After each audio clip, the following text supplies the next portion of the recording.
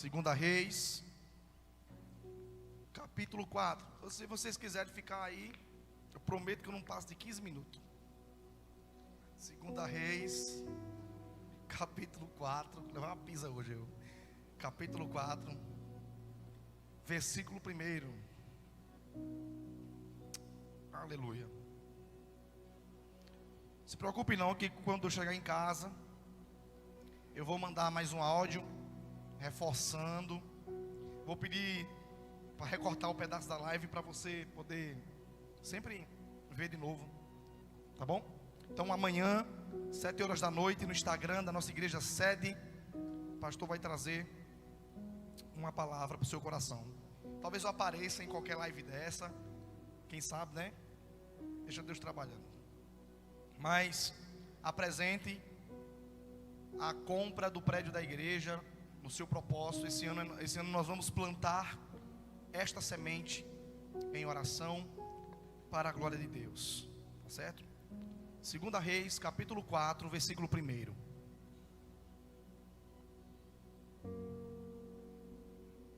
Segunda Reis, capítulo 4, versículo 1. Todos encontraram? Pode ficar sentado. Diz assim a palavra do Senhor: E uma mulher, das mulheres dos filhos dos profetas, clamou a Eliseu dizendo: Meu marido, teu servo, morreu, e tu sabes que o teu servo temia o Senhor, e veio credor para levar os meus filhos para serem escravos. E Eliseu lhe disse: Que te hei de fazer? Dize-me o que é que tu tens em casa.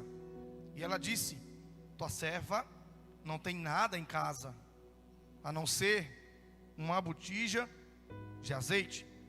Então disse Eliseu: Então vai, pede vasilhas emprestadas aos teus vizinhos, vasilhas vazias, e não peça poucas. Depois entra na tua casa, fecha a porta do teu quarto, e tu e os teus filhos põe o azeite nas vasilhas, e põe à parte as que estiverem sendo cheias. E aí partiu, pois, dele a mulher, e fez o que disse, fechando a porta sobre si e os seus filhos. E eles traziam as vasilhas vazias, e ela as enchia de azeite. E aconteceu que, cheias que foram as vasilhas, ela disse ao seu filho: Traga mais vasilha. E ele respondeu: Não tem mais vasilha vazia, todas estão cheias. E o azeite parou. Então veio ela e disse ao homem de Deus o que aconteceu. E ele respondeu: Vai, vende o azeite, paga a tua dívida, e tu e os teus filhos sobreviva do que sobrou. Vai, vende o azeite, paga a tua dívida, e tu e os teus filhos vivem do que sobrou. Pai, no nome de Jesus, aqui está a tua palavra.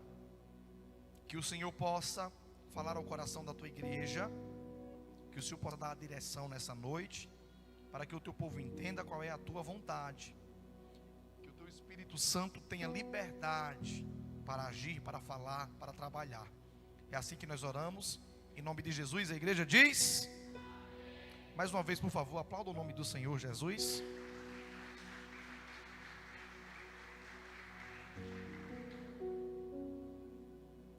Meus irmãos, olha que interessante. A Bíblia não registra histórias para entreter, mas para revelar princípios eternos. Essa viúva não é apenas uma mulher do passado, ela representa você hoje, a condição de algumas pessoas na igreja hoje, a condição de algumas famílias hoje. Essa mulher está endividada, essa mulher está enlutada, perdeu o seu marido, essa mulher está sem recursos, e os seus filhos ameaçados. É uma mãe de família que por algum motivo o provedor, que era o seu esposo, morreu, e ele deixou dívidas. E naquela época, quando o marido morre e deixa dívidas, os filhos são levados para trabalharem como escravos, como forma de pagamento pelo tempo da dívida. E essa mulher se preocupa, porque qual é a mãe que vendo um filho passar fome, não se aperreia? Imagina, além da fome, saber que os seus filhos vão ser levados para viver como escravos. Então o credor vinha para levar os seus filhos como pagamento da dívida. E o que isso significa? Isso fala de perca de herança, de perca de futuro, de perca de dignidade. E quantas famílias hoje não estão endividadas? Quantas famílias hoje não estão com dívidas que, se fosse dos tempos bíblicos, seus filhos seriam levados como escravo? É interessante que tem um princípio bíblico nas dívidas. Desde o Antigo Testamento até a história moderna, tanto o princípio natural como o princípio espiritual, sempre que os pais se endividam por qualquer motivo, os filhos são os mais afetados da história, são os mais prejudicados da história. E quantas famílias estão assim hoje? Com dívidas financeiras, mas também com dívidas emocionais, com dívidas familiares, com dívidas espirituais, e até alguns com dívidas ministeriais. Só que essa mulher fez algo que muda tudo. Você já percebeu que as maiores viradas da história dos termos bíblicos sempre foi com mulheres? Uma vez ou outra, perdida, um homem aparece fazendo algo diferente, mas é sempre as mulheres que aparecem na Bíblia com uma atitude diferente, que faz mudar a história daquela casa e daquela família. Ela fez algo que mudou tudo. Onde está escrito isso?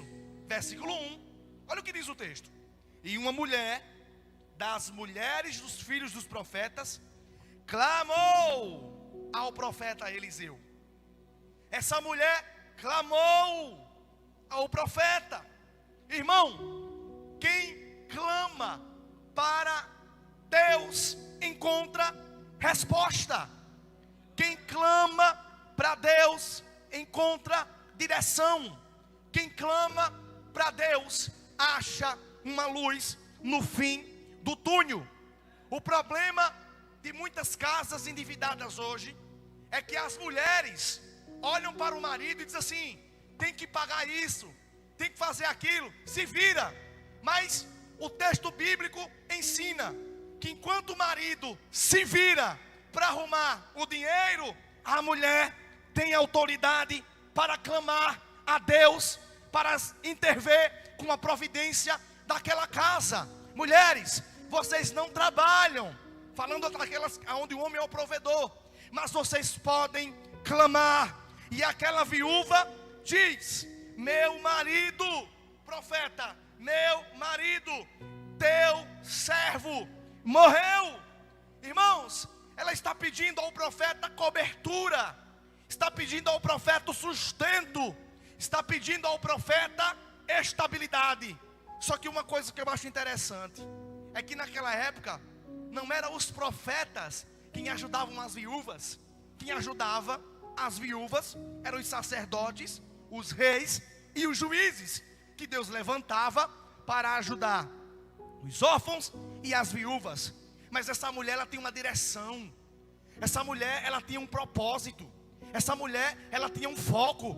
Ela sabia que ela poderia suprir a sua necessidade naquele momento com a ajuda que o sacerdócio, que o rei ou que alguns dos juízes pudessem autorizar. Mas aquela mulher não queria viver dependendo dos outros todos os dias. Ela não queria viver de estar pedindo, de estar incomodando. Era uma mulher que tinha propósito, era uma mulher que tinha direção. Então ela faz o que ninguém talvez teria coragem de fazer. Ela pede cobertura ao profeta em nome de Deus. Ela pede o sustento ao profeta em nome de Deus. Ela pede a estabilidade ao profeta em nome de Deus. Mas observe algo poderoso. Ela não clama a qualquer pessoa. Ela clama ao homem de Deus. Olha o que diz o versículo 1. E uma das mulheres, dos filhos dos profetas, clamou a Eliseu dizendo: meu marido, teu servo, morreu. Tu sabes que ele temia ao Senhor, e o credor quer levar os meus filhos. Aí o versículo de número 3 e número 4 vai dizer que o homem de Deus, o texto bíblico faz questão de colocar a expressão aqui no texto, homem de Deus. Irmãos, as crises que sobrevêm à nossa vida revelam aonde colocamos a nossa confiança. Porque muitas pessoas, quando a crise financeira aperta, elas correm para empréstimo, elas correm para agiota, elas correm para cartão, elas correm para pedir aos outros, elas correm para soluções humanas. Mas essa mulher, ela corre para a fonte espiritual de providência. O que é que Deus está dizendo essa noite? Antes de procurar um banco para pedir empréstimo, clama primeiro e espera a resposta. Antes de passar o cartão para pegar o dinheiro para cobrir as dívidas, espera primeiro a resposta. Antes de procurar o agiota, vendo a hora você morrer e se acabar, clama primeiro a Deus e espera a resposta. Porque se o problema é espiritual, a solução não é carnal. E se o ataque é no invisível, a resposta precisa vir do céu. Aleluia. Deus está dizendo para alguém aqui nessa noite: é hora de você aprender a clamar também pelas suas finanças. O banco tá certo, pode pedir. O cartão, tudo ok, pode passar. Mas Deus está dando a direção essa noite. Está com dívida, está no aperto. Hoje é noite de clamar pelas finanças. Deus, os meus filhos estão passando necessidade. Deus, vão cortar a minha água. Deus, vão cortar a energia. Sabe qual é o problema? É que a gente não acredita mais que Deus pode mandar a providência, inclusive na área financeira. E Deus está dizendo essa noite: não é o credor que manda na tua casa. Quem manda na tua casa é o Deus da providência. Pega na mão de quem está do seu lado, diga para essa pessoa: segura um pouquinho esse cartão. Diga para ela, diga assim: antes de passar esse cartão, diga, antes de procurar o gerente do banco, antes de pedir empréstimos a juro, balança ele e diga assim: Deus está dizendo, clama primeiro, clama primeiro, clama primeiro, clama primeiro, clama primeiro. Deus, tu sabe que eu estou precisando.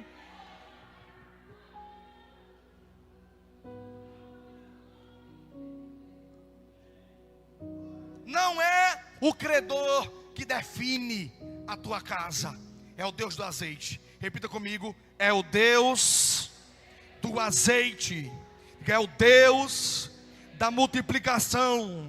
Mais alto, diga: é o Deus da providência. Agora levanta a sua mão assim como quem vai receber e diga assim: Deus. Diga mais alto, diga: Deus, tu és a minha providência. Diga assim: Deus, tu sabe da minha necessidade. Diga assim: Deus, no lugar de pedir dinheiro emprestado, no lugar de pedir cartão emprestado, eu vou pedir vasilhas emprestadas, dando azeite, Deus.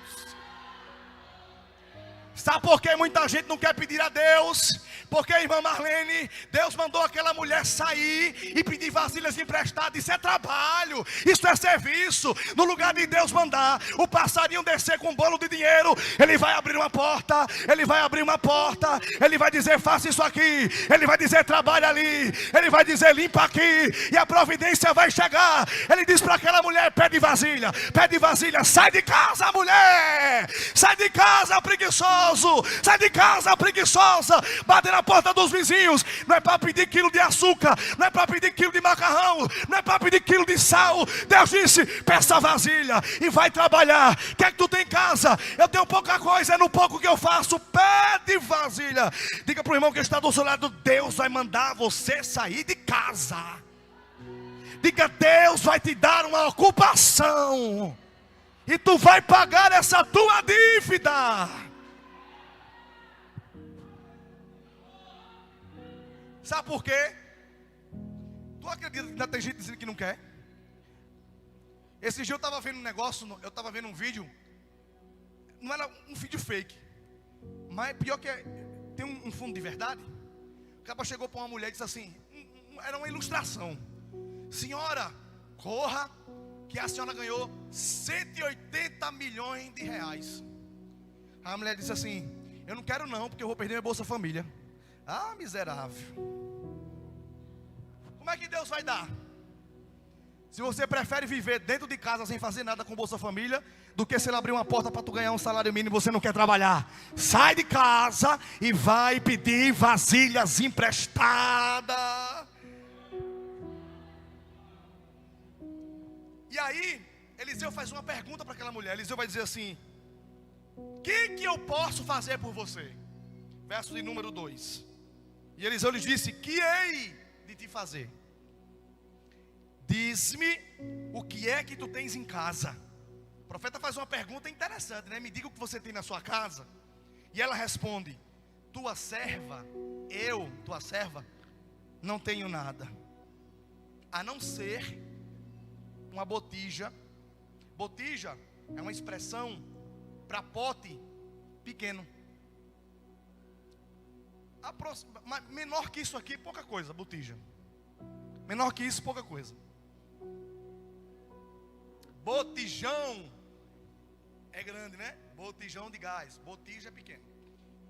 A tua serva não tem nada, senão uma botija de azeite. Para ela era nada, para Deus era o necessário para começar o milagre. Espera aí, tu quer começar vendendo 40 bolos por semana, é? Começa vendendo por um, ou então metade de um. Tu quer começar abrindo uma padaria vendendo 500 pão por dia? Não, começa vendendo 10. Começa de baixo, ela vai dizer: tua serva não tem nada. Para ela era nada, mas para Deus era o início do milagre. Por quê? Porque Deus não trabalha com o que você não tem, mas com o que você despreza. Aleluia! Talvez você diga: eu só tenho uma coisinha, eu só tenho uma fezinha fraca, eu tenho só uma casa simples, eu tenho só um carrinho fraco, eu tenho só isso aqui que eu sei fazer, é só isso, mas não dá conta. E o céu chama de semente aquilo que você chama de nada. Vou repetir: o céu essa noite está chamando de semente aquilo que você chama de pouco. Eu vou dizer de novo: o céu está chamando de semente aquilo que você tem em casa que não é o suficiente para você. Aleluia! Azeite na Bíblia representa o Espírito Santo. Azeite na Bíblia representa a unção. Azeite na Bíblia representa a providência divina. Azeite na Bíblia representa vida. Azeite na Bíblia representa consagração. Aleluia, aleluia. Levante assim a sua mão mais uma vez e diga assim: o pouco que está na minha casa será o gatilho do sobrenatural de Deus para a minha vida. E Deus está perguntando: o que é que tu tem em casa? Aleluia!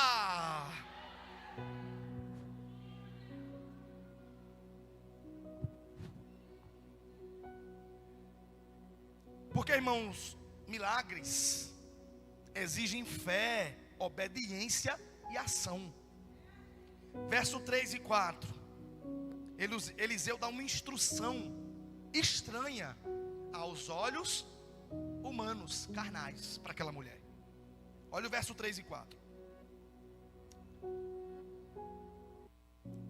E Eliseu disse: vai, pede vasilhas emprestadas aos teus vizinhos. Vasilhas vazias. O profeta faz questão de dizer: não traga vasilhas meladas, não traga vasilhas com 2 dedos de azeite, não traga vasilha pela metade, vasilhas vazias. Sabe por quê? Para depois que o milagre acontecesse, ninguém dizer: aconteceu porque eu ajudei. Porque quando Deus quer abençoar, a glória vai todinha para Ele. É por isso que Ele não quer que ninguém ajude. Ele dá uma instrução estranha: vai, pede vasos emprestados. Vai, pede vasos, não peça pouco. Depois entra e fecha a porta. Não é estranho, né? Essas instruções. Milagre exige, por muitas vezes, movimento antes da manifestação. Então essa mulher, ela teve que enfrentar a vergonha de pedir vasos emprestados. Porque o que são vasos de azeite? São instrumentos de trabalho. As mulheres usavam os vasos para carregar água e usavam os vasos para vender azeites na feira. Instrumentos de trabalho. Ela teve que enfrentar a vergonha de pedir vasos. Tem pessoas que oram a Deus pedindo emprego, e se Deus abrir uma porta, dependendo da porta, a pessoa tem vergonha e não vai. Aí se for pagaria, eu não quero. Oi, Felipe, tu não está passando fome não?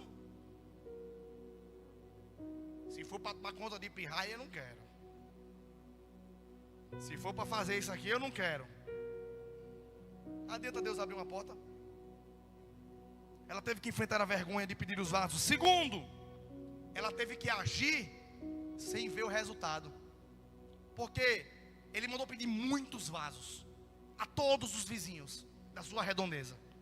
Imagina você carregar, porque vaso é diferente de botija. Botija é isso aqui. Vaso é grande, é pesado. Imagina aquela mulher carregando vasos de barro, vaso por vaso. Vai na rua do vizinho, tá vendo lá com vaso, bota um vaso. Tá pensando que hoje é que a casa é do lado, é? Naquela época era igual o sítio, era uma casa aqui, outra casa lá embaixo. E o profeta disse: traga muito. Tu acha que se ela fosse preguiçosa ela ia? Mas quem está precisando é quem tem que correr atrás. Quem está precisando é quem tem que correr atrás. Ela agiu trabalhando, carregando os vasos, e não viu nada mudar. Por quê? Porque o milagre é igual Naamã. 6º mergulho, não aconteceu nada. Mas o profeta disse que era 7, não era 6. A gente quer trabalhar, quer fazer o que Deus mandou, e já quer ver o resultado acontecer. Ela agiu sem ver o resultado, e ela obedeceu sem entender nada. Imagina, mas para que eu vou pegar vaso se o que eu tenho na botija não dá para encher nem um dedo de um? Mas ela não questionou. Irmão, quem está precisando não tem que estar de barganhar não. Jairo, pai de família é. Quantos filhos? 5. Está desempregado? Estou. Pastor, estou passando uma luta. Quer trabalhar? Quero. Vamos ali? Mas é de quê? Mas é para ir de que hora? Mas é de que distância? A pessoa dessa não quer trabalhar. Não quer trabalhar. Essa mulher não questionou. Ah, para que tanto vaso? Mas eu tenho que pegar esses vasos sozinha, porque os filhos não foi ajudar não, viu? Ela foi só. Irmãos, fé que não age é apenas discurso religioso. Observe, ela pega os vasos, fecha a porta. E o que isso fala? Fechar a porta. Lembra de Jesus? Jesus disse: quando fores pedir a Deus alguma coisa, entra no quarto, fecha a porta, pede em secreto. Porque o que tu pede em secreto, no público Deus te recompensará. Aleluia. Isso fala fechar a porta, se trancar num quarto para fazer algo. revela intimidade. Quarto é lugar de intimidade, é lugar de separação. E como ela estava fazendo algo por ordenança de um profeta, estava falando de dependência total de Deus. Deus, irmãos, tem milagres que não acontecem no público. Tem milagres que só vão ser gerados no secreto. Tem gente que fica contando desgraça a todo mundo, contando o que acontece para Deus e o mundo, mas nunca entrou no quarto, fechou a porta, ou se não tiver porta, fechou a cortina, ou se não tiver cortina, fechou um pano, um papelão. Mas tem gente que nunca entrou no quarto para dizer a Deus, para orar a Deus daquilo que precisa, daquilo que necessita. Todo mundo sabe, só Deus não sabe. Deus sabe pela boca dos outros e não pela boca dela. Aleluia. O que Deus vai fazer comigo não é para aplausos, é para propósito. É por isso que Deus está dizendo para alguém aqui nessa noite: você já correu atrás de muita coisa, falta entrar no quarto, fechar a porta e pedir a mim. Está pedindo já a Deus o material da tua casa? Todo dia.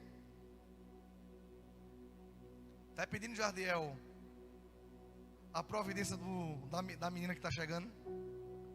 Todo dia, né?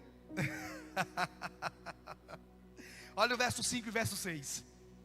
E sucedeu que, cheio os vasos, disse ela a um dos filhos: traze-me mais um vaso. Olha o que o profeta fez: mulher, carregue vaso, peça os vizinhos, você é quem vai deitar o azeite, e você é quem vai guardar os vasos, e você é quem vai vender o azeite. Ela pediu uma providência e Deus deu um emprego. Deus deu um emprego. Vou profetizar. Levanta assim a sua mão nessa noite. Aí, pastor, mas não tem dado para isso não. Para trabalhar tem. Você tem dado para bater o marido todinho, não tem para trabalhar. Nessa noite Deus vai te dar uma ocupação para tu juntar dinheiro. É para quem precisa, viu? Não é para todo mundo não, é para quem precisa. Deus vai te dar uma ocupação para você arranjar dinheiro. A porta vai abrir. A porta vai abrir, a porta vai abrir. É Deus dizendo: eu estou gerando um propósito. Deus vai matar 2 moscas numa lapada só. Vai dar a providência e ainda vai tirar a preguiça. E Deus gosta de dar aqueles empregos que o cara tem que acordar de 4 horas da manhã para trabalhar. Que é para de noite não estar batendo perna. Dá 6 horas da noite já está cansado, irmã Mônica, para dormir. Esse aqui é do bom. E sucedeu o que? Cheio os vasos, ela disse aos filhos: traga mais um vaso. Por quê? Porque o azeite não acabou no primeiro. Olha que interessante, né? Sabe quem foi que acabou primeiro? Os vasos. Na ótica humana, era para o azeite acabar primeiro, né? Quando o azeite acabasse, pronto, acabou, não tem mais azeite, vamos vender. Mas não, quem acabou primeiro foi os vasos, e não o azeite. Deus nunca para de derramar. O que limita é a nossa capacidade. Se ela tivesse mais vasos, irmã Jó, o azeite ia continuar derramando. O problema não é Deus, o problema é a gente. Se nós tivéssemos e fôssemos vasos que coubesse muito azeite, o azeite ia derramar. Mas o problema é que a nossa capacidade limita o azeite. Então quando o filho disse: mãe, não tem mais vaso, o texto bíblico vai dizer, no verso número 6, então o azeite cessou. Deus nunca para de derramar, quem limita é a nossa capacidade. Falando de termos espirituais agora, capacidade espiritual: vida de oração, consagração, santidade, fome de presença.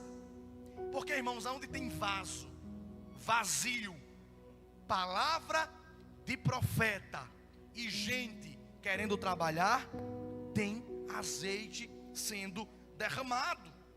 Tem azeite sendo derramado. Aleluia. Vamos profetizar mais uma vez. Segure a mãozinha dessa pessoa maravilhosa que está do seu lado e profetize assim para ela. Diga assim: enquanto houver vaso na sua vida, haverá azeite sendo derramado. Diga: o problema não é o azeite, é a capacidade do vaso. Vou terminar porque a hora já deu.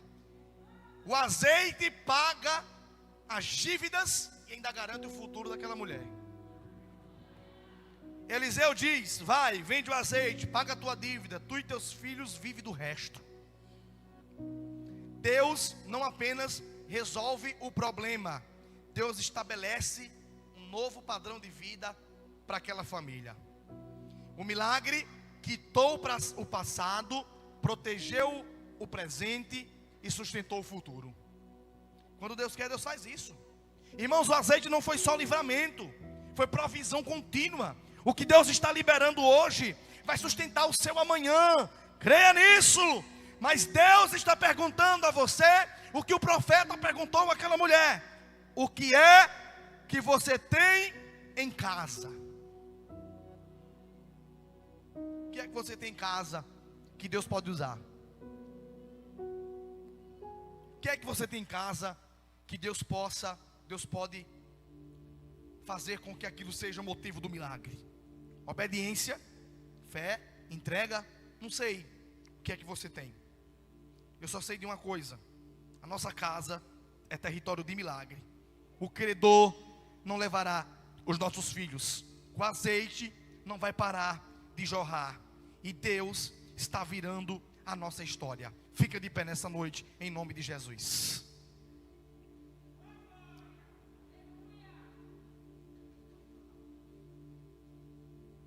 Aleluia. Vamos fazer uma breve oração? Por favor, faz uma corrente de oração. Segura a mão de quem está do seu lado.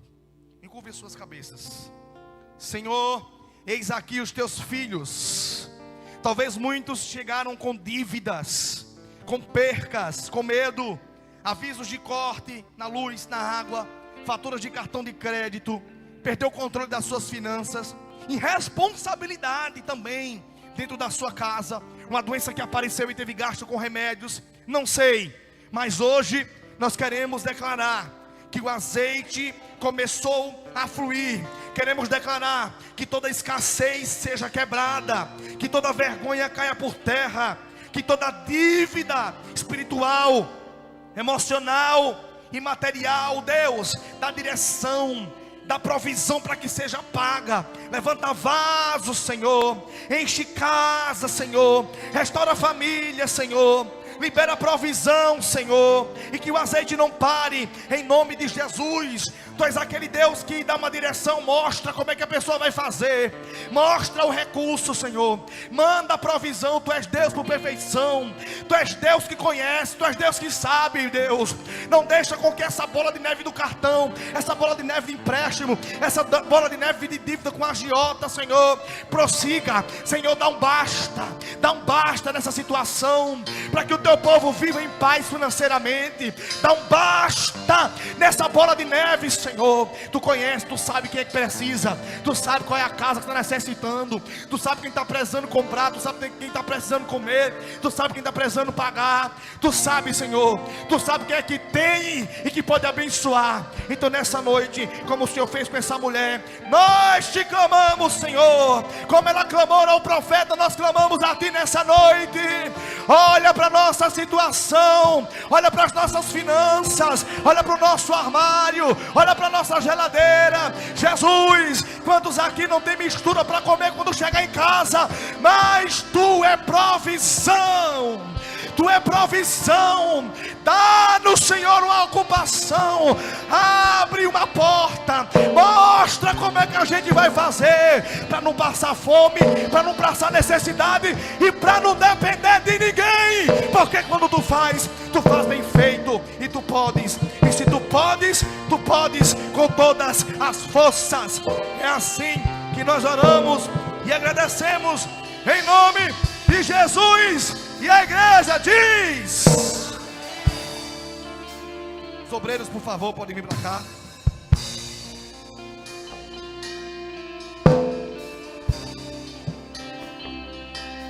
Quem não vai tomar a Santa Ceia, pode sentar. Quem não vai ceiar. Pastor, quem pode tomar a Santa Ceia? Quem é batizado nas águas, quem congrega e está em comunhão com o Senhor, tá bom? Pastor, eu fui batizado em outra igreja evangélica. Sem problemas, você pode ceiar junto conosco essa noite. Tá certo?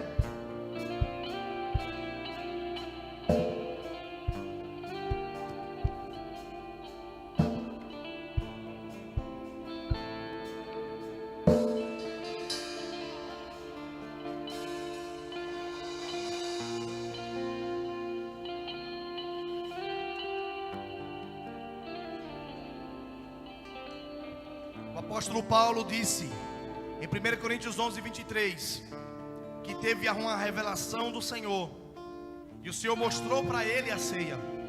E no momento da ceia, o Senhor Jesus, na noite em que foi traído, tomou o pão e, tendo dado graças, partiu e disse: tomai e comei, isto é o meu corpo, que é partido por vós. Fazei isto todas as vezes que comerdes em memória de mim. Semelhantemente também tomou o cálice, que representa a nova e eterna aliança. E ele disse: tomai e bebei, isto é o meu sangue que foi derramado por vós. Fazei isto todas as vezes que beberdes em memória de mim. Porque todas as vezes que comerdes o pão, bebedes o cálice do Senhor, anunciai a morte do Senhor até que Ele venha. Quero convidar o presbítero Severino e o presbítero Jardiel. O senhor vai consagrar o pão e o presbítero Jardiel consagra o cálice.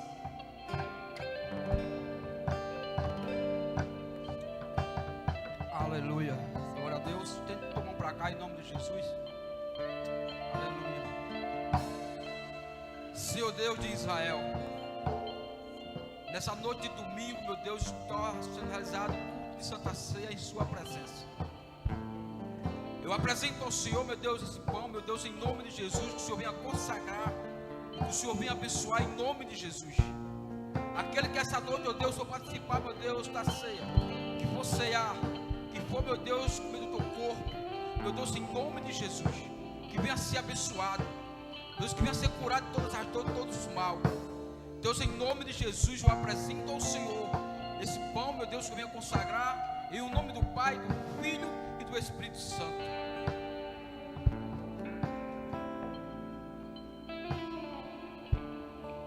Senhor Deus e Pai, venho entrando na tua presença, Deus, apresentando este suco diante de ti, que representa o cálice, Pai, o cálice da nova aliança, assim mesmo como o Senhor falou, que foi derramado por cada um de nós. Eu venho pedindo para que o Senhor venha abençoando, e que quando cada pessoa que for ingerir, que venha ser lavado espiritualmente, porque nós, todas as vezes que bebermos, nós anunciamos a tua volta. Então, Pai, eu venho te pedindo para que o Senhor venha colocando o teu sobrenatural sobre esse elemento diante de ti, Pai. E Deus, eu venho te pedir que cada pessoa venha ser curada, seja ela de doenças carnais ou espiritual. É assim que eu te oro e te agradeço. Quero convidar o diácono Jairo e o diácono Carlos para pegar os elementos do pão, e a diaconisa Josilene e a diaconisa Ziane a pegar os elementos do cálice. Enquanto o ministério de louvor vai ministrar, vocês podem servir a igreja, o corpo e o sangue do Senhor. Por inteiro faço tudo, mas vem novamente. Eu mergulho na mirra ardente, mas peço que tua presença aumente.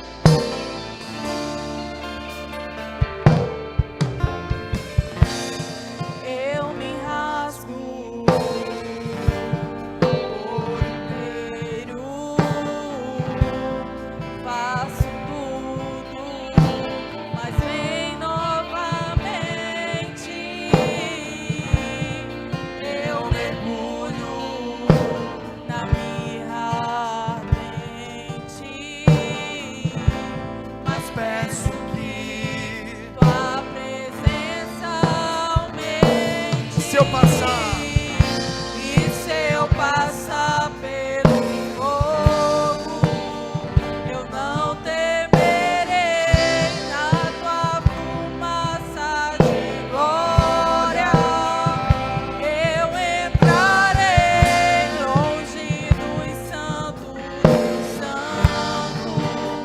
Não sei mais viver.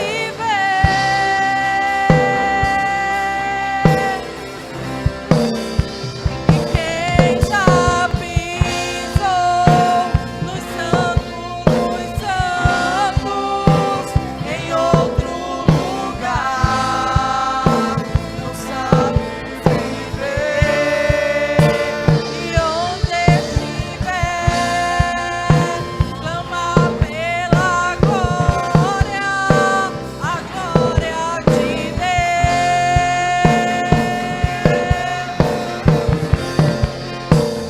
Quem já pisou no santo dos santos, em outro lugar, não sabe viver.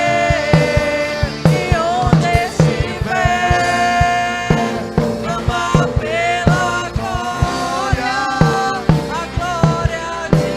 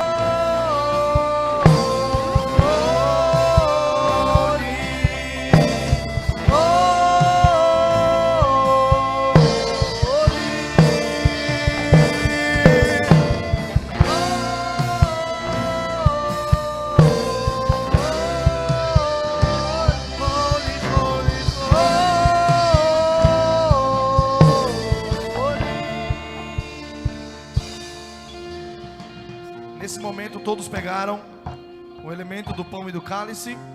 Quero convidar toda a igreja nesse momento, os que puderem a ficarem de pé. Somente aqueles que puderem a ficar de pé.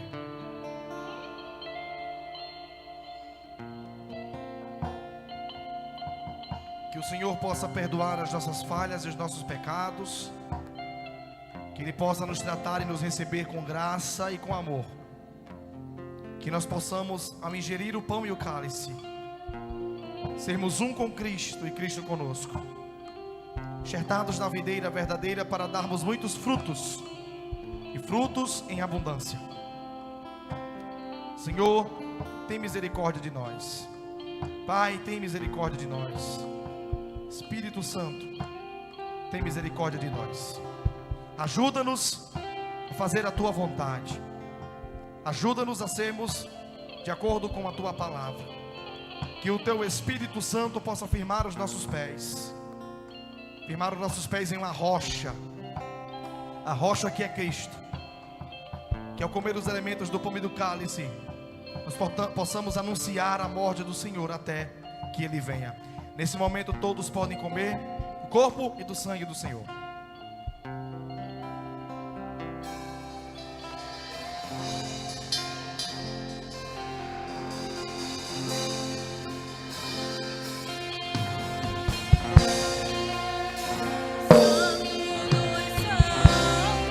Espírito Santo de Deus,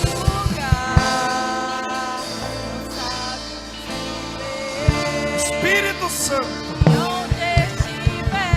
Tu nos conheces, Senhor. Ajuda-nos a caminhar o caminho da Tua vontade. Ajuda-nos a caminhar, Senhor, segundo a Tua palavra.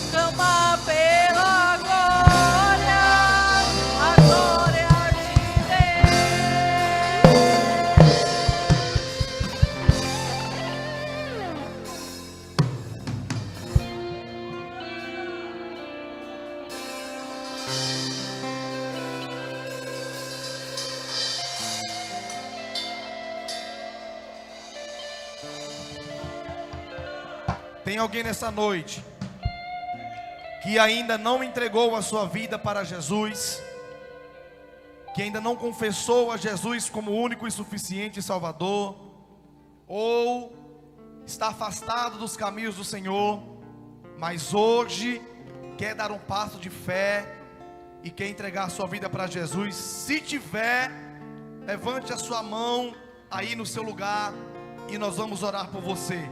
Tem alguém nessa noite que quer entregar a vida para Jesus? Tem alguém nessa noite que quer renovar a sua aliança com Deus? Tem alguém? Tem alguém? Não tem?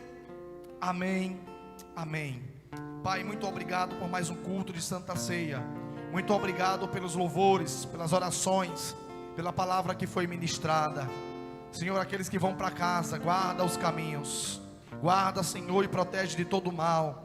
Cega o nosso inimigo, cega aquele que vem para roubar, matar e destruir.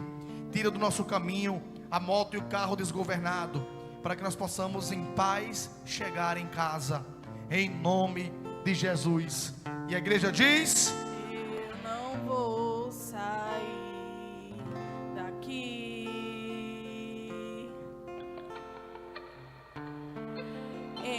Encontrei o meu lugar. Meu desejo é te servir.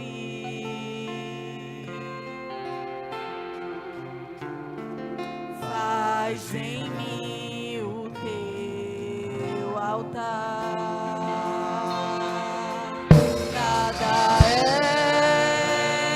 mais importante